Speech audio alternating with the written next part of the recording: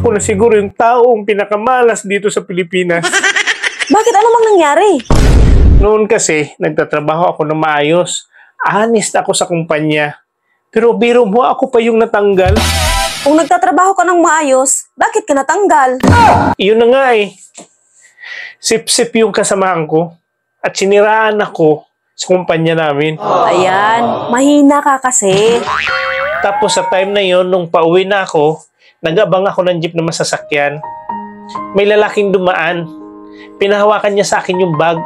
Nagulat ako, bigla siyang tumakbo. Pagtingin ko sa bag niya, ginto at pira yung laman ng bag.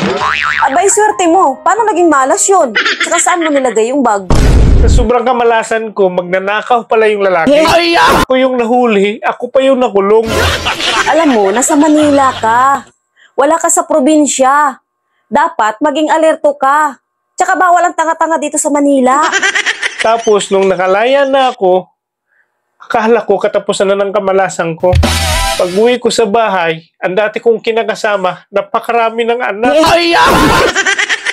Saklap. Alam mo, di lang kamalasan. Katangahan mo rin naman eh, kung bakit ka nagkaganyan. Ang pinakasaklap at napakamalas ay yung nangyayari sa buhay ko ngayon. Ito na yung pinakamabigat at hindi ko matatakasang kamalasan. Bakit pinakamabigat na kamalasan yung nangyayari sa'yo ngayon? Eh, kahit na syunga-syunga ka, okay ka naman. Paano ako makatakas sa kamalasan? Kasal tayo?